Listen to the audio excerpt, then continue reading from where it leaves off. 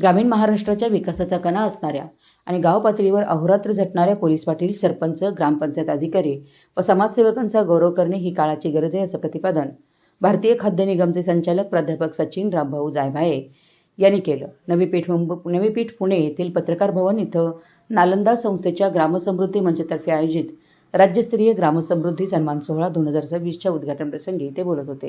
या दिमागदार सोहळ्याला प्रमुख पाहुणे म्हणून प्राध्यापक सचिन जायभाये यांच्यासह ARJ ग्रुप ऑफ इंडस्ट्रीजचे चेअरमन जितेंद्र तुळशीराम दाते आणि शब्दधन फाउंडेशनचे अध्यक्ष ख्यातनाम लेखक व व्याख्याते मनोज शिवाजी वावळे उपस्थित होते।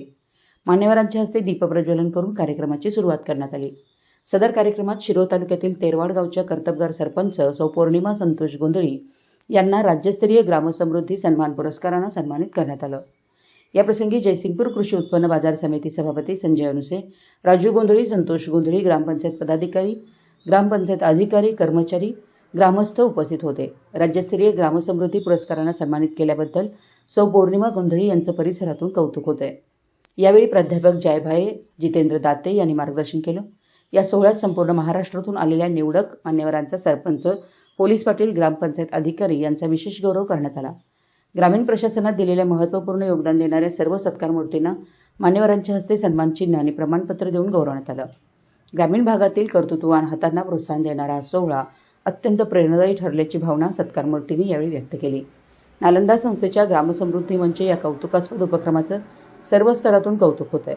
हा सोहळा यशस्वी करण्यासाठी संस्थेच्या सर्व पदाधिकाऱ्यांनी व कार्यकर्त्यांनी विशेष परिश्रम घेतले।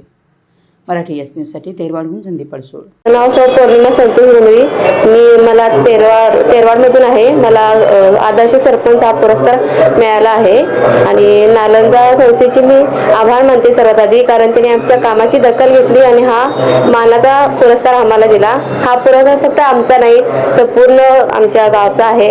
आम्हाला पाठिंबा देणारे माझे घरचे, मार्गदर्शन करणारे अनुसे दादा, उपसरपंच, सदस्य, कर्मचारी व पूर्ण ग्रामस्थ तेरवाड गावचा मी आभार मानते। या सर्वांचा हा पुरस्कार आहे, यांच्याशिवाय शक्य नव्हतं। धन्यवाद।